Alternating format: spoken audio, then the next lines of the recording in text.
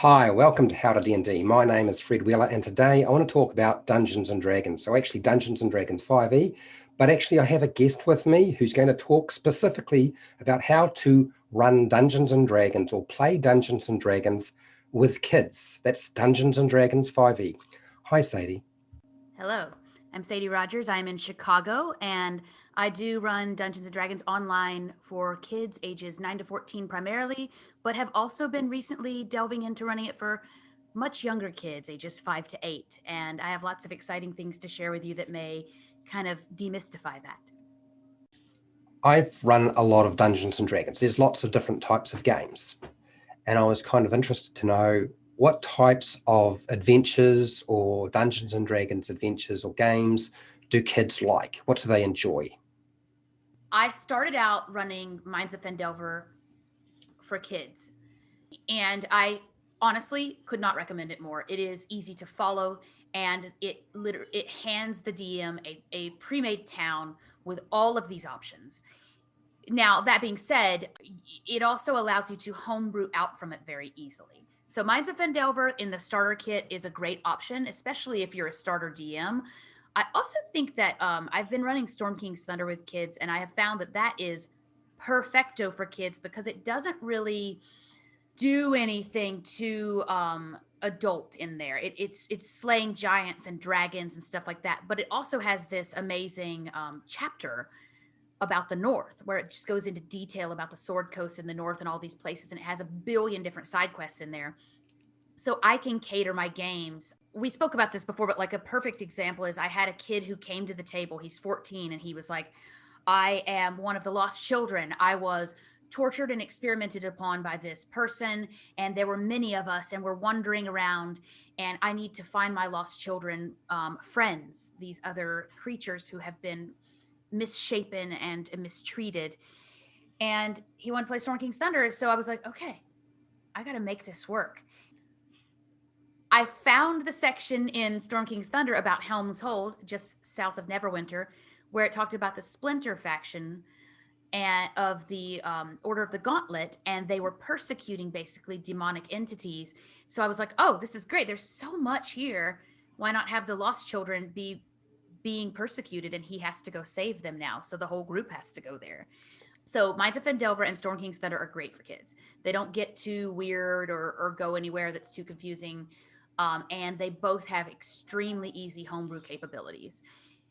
I also just recommend homebrewing. I think that I wish I had been told this and understood this when I started DMing.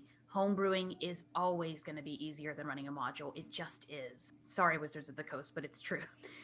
You can cater the game.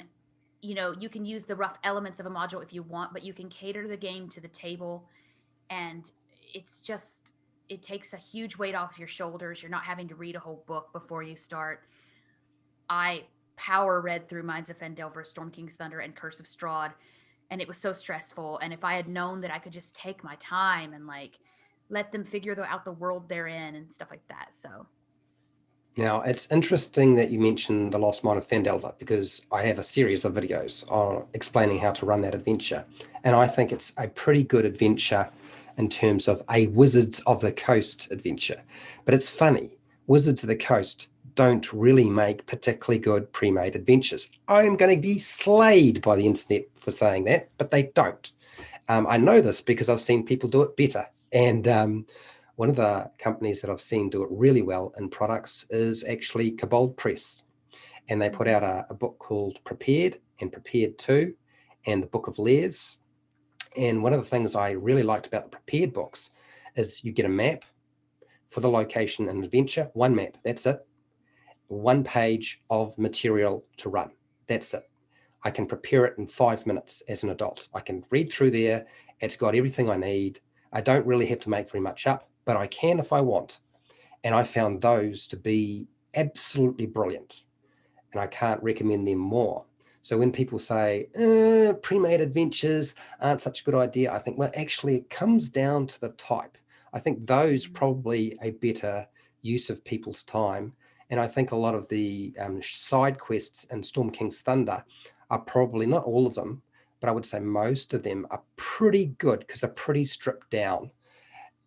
But when you look at all the other products that Wizards of the Coast put out, they're not very easy to run. They require hours and hours. They're stressful. They don't have an index. They don't have an appendix. Well, sometimes they do have an appendix, but no index when you need the index. And they are complicated, and all the information scattered right throughout the book. So I can understand you saying Homebrew is a better idea, because there aren't that many products out there that are pre-made. They're actually designed to be easy to run.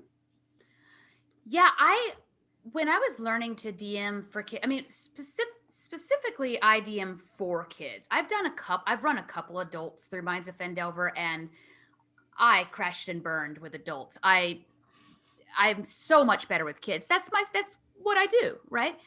But what I noticed was happening to me is that I was so stressed out as a new DM about what if they ask what they're wearing, or what if they ask, I had to have every detail locked. So I started free writing for every session, and I would spend way too long preparing. Now that I've been doing it a while, I have a system, and it's super simple.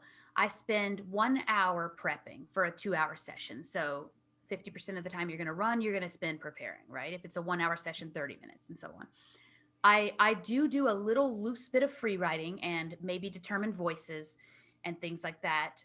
And then I run the session, and that always goes fine. But then this is the key. And I learned this, I believe this was another Matt Colville tip, because most of my good tips are from Matt Colville, because he is a god.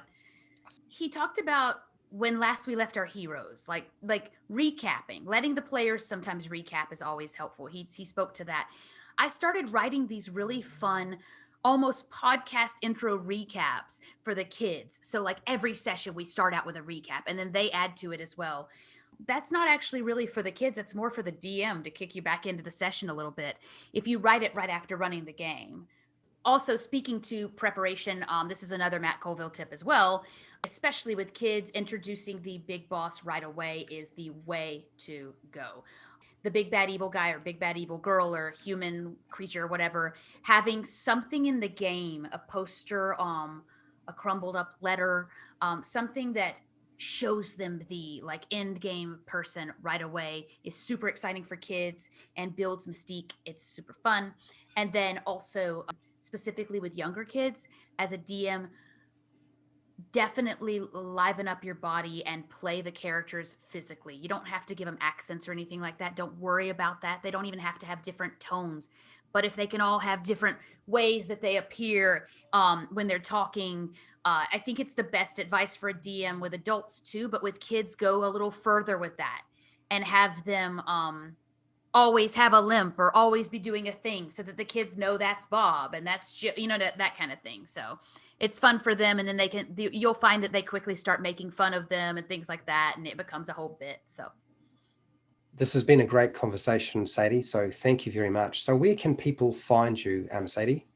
I am available on Instagram at sadpigs. That's SADPIGS.